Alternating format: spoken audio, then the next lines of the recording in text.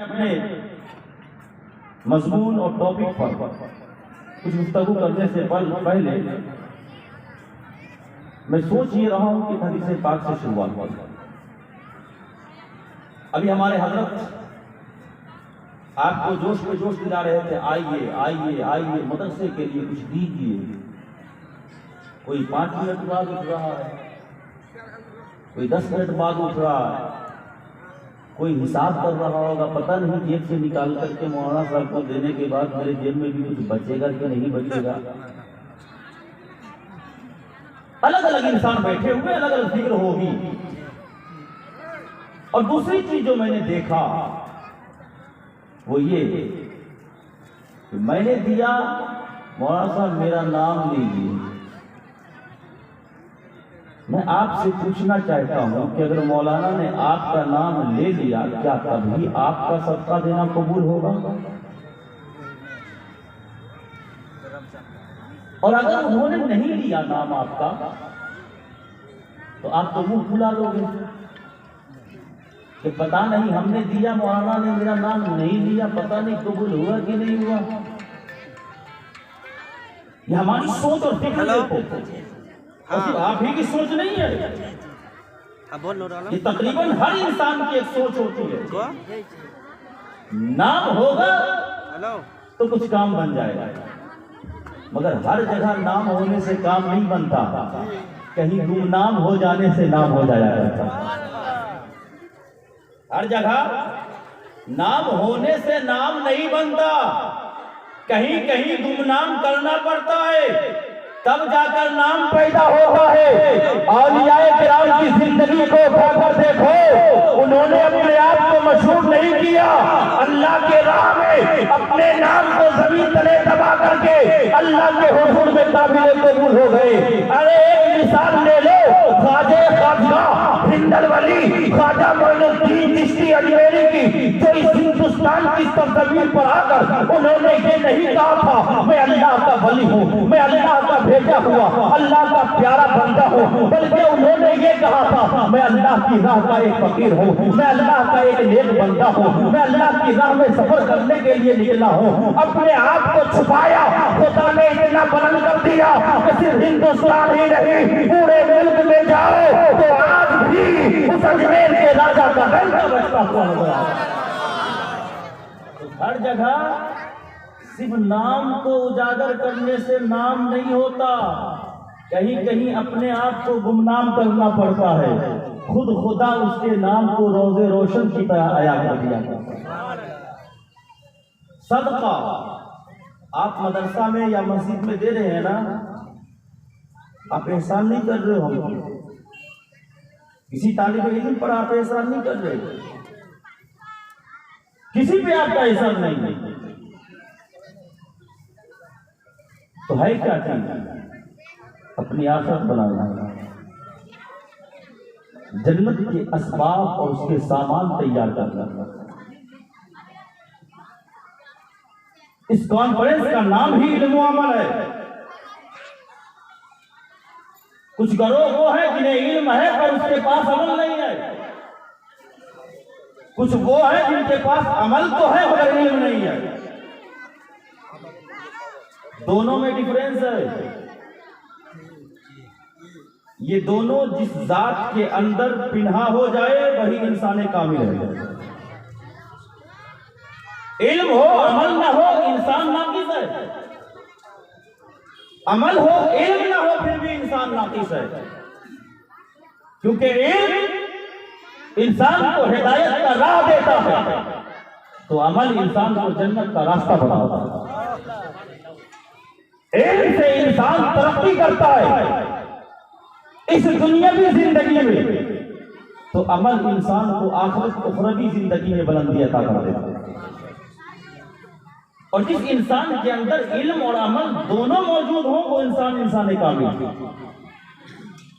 इल्म हो अमल ना हो, अमल हो इल्म हो, फिर वो नाकिस इंसान है। अल्लाह के रसूल सल्लल्लाहु अलैहि वसल्लम की हदीस पाक है, रावी हदीस हज़रत अबू हुरैरा रज़ियल्लाहु तआला अन्हु अन अबी हुरैरा रज़ियल्लाहु तआला अन्हु क़ाल क़ाल रसूलुल्लाह सल्लल्लाहु तआला अलैहि वसल्लम इन्नल्लाह ला यंजुरु इला अजसामिकुम वला इला सुवरिकुम वलाकिन यंजुरु इला कुलूबिकुम व आमालिकुम। हमारे नबी, आपके नबी, कुल कायनात के नबी यानी मोहम्मद रसूलुल्लाह सल्लल्लाहु अलैहि वसल्लम ने इरशाद फरमाया, बेशक अल्लाह तुम्हारे जिस्मों और सूरतों को नहीं देखता।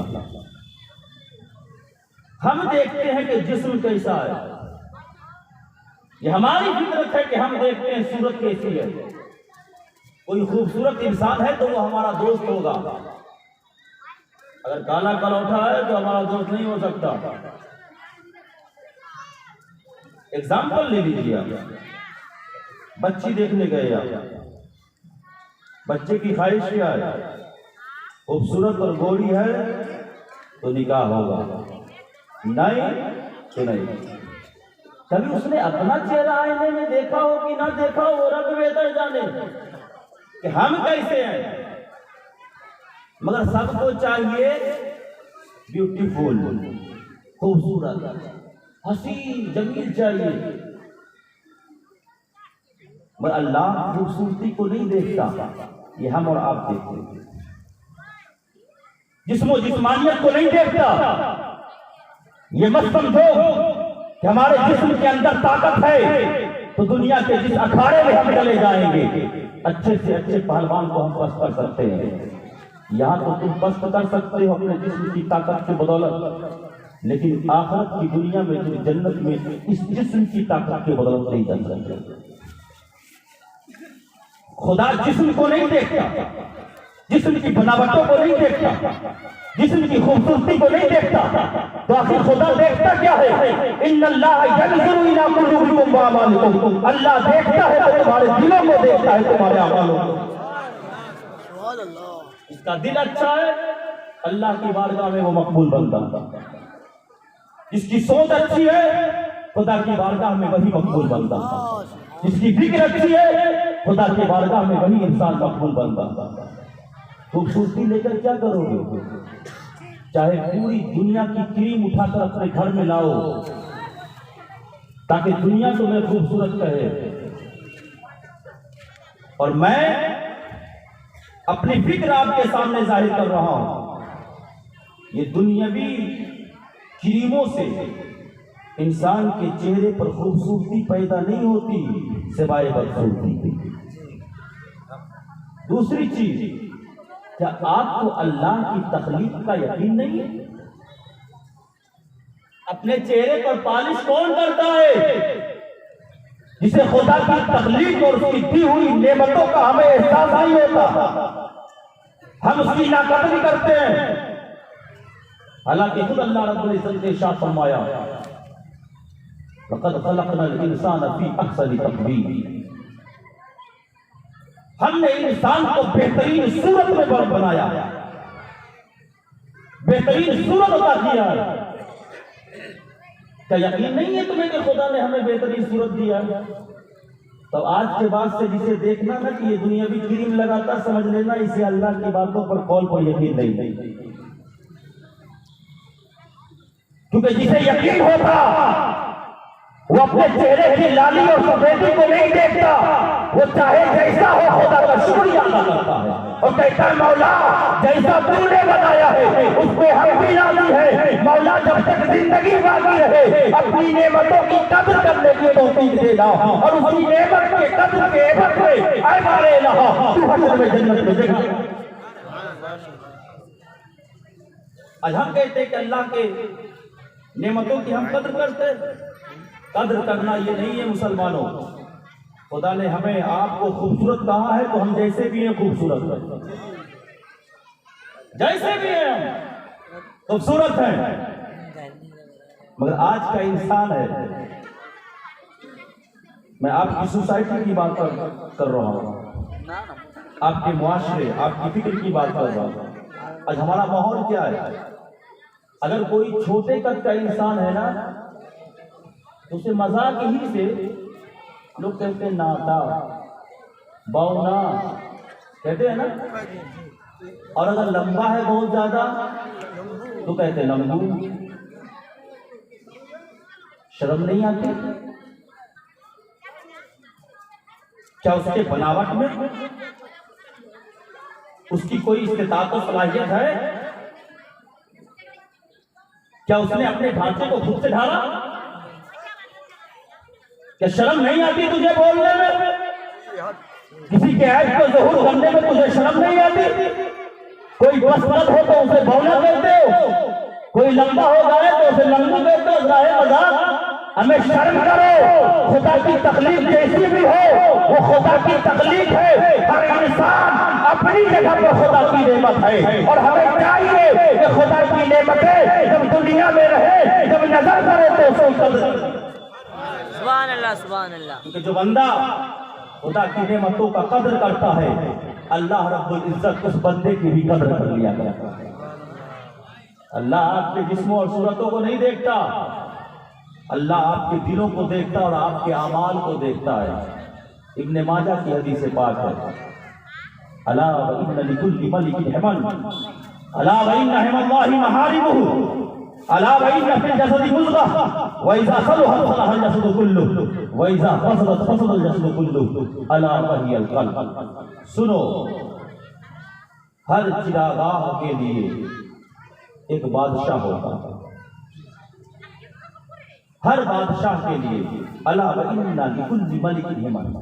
सुनो, हर बादशाह के लिए एक चिरागाह होता है और अल्लाह रब्बुल इज्जत का भी एक चिरागाह है। चिरागाह किसको कहते हैं? तो चलने की जगह को चिरागाह कहते हैं। फॉर एग्जाम्पल, खेत है आपका, वो भी एक तरह से चरागाह है।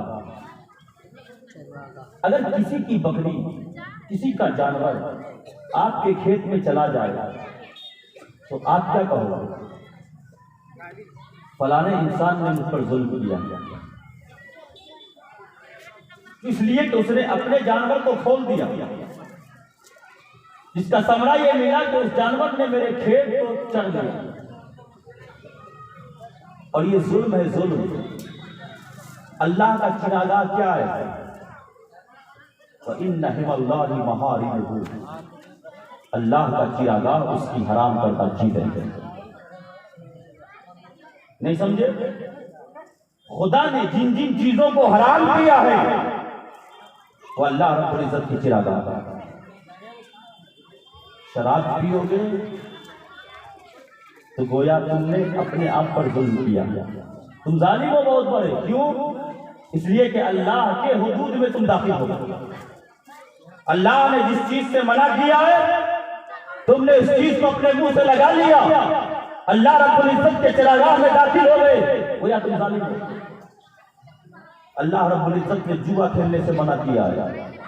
कोई इंसान अगर जुआ खेले इसका क्या मतलब? आप बहुत बड़े जालिम। अल्लाह रब्बुल इज्जत ने वालिदैन की खिदमत करने का हुक्म दिया। अगर आप अपने वालिदैन की खिदमत नहीं करते तो आप क्या हो? जालिम हो। अल्लाह रब्बुल इज्जत ने हुक्म दिया है, जब नमाज का वक्त आ जाए ना तो नमाज पढ़ा करो, तो नहीं पढ़ते वो जालिम नहीं। अब आप लोगों में से कुछ हजरत बुरा मत मानिएगा, ये कहां से नया नया मौलाना आ गया और सबको जालिम बनाता चला गया। मैं खुद से नहीं कह रहा, अल्लाह के चरागाह में जो भी दाखिल होगा वो जालिम। नमाज पढ़ो, हुक्म इलाह, नहीं पढ़ोगे जालिम हो। शराब मत पियो, पियोगे तो जालिम हो। वालिदैन की खिदमत करो, ना करोगे तो जालिम हो। इस्तिताअत है आपके पास खर्च करने की, ना करोगे तो जालिम हो। ज़कात देने की सलाहियत है, ना दोगे तो जालिम हो। पड़ोसियों का हक अदा करने की सलाहियत है, अगर उसका हक अदा न करोगे तो जालिम हो। अपने भाई की खिदमत करने का आपके पास सलाहियत है, भाइयों को प्यार ना दोगे तो जालिम हो। अपने बहन को प्यार ना दोगे तो जालिम शरीयत का फैसला है कि भाइयों से भी प्यार किया करो, बहन से भी प्यार किया करो।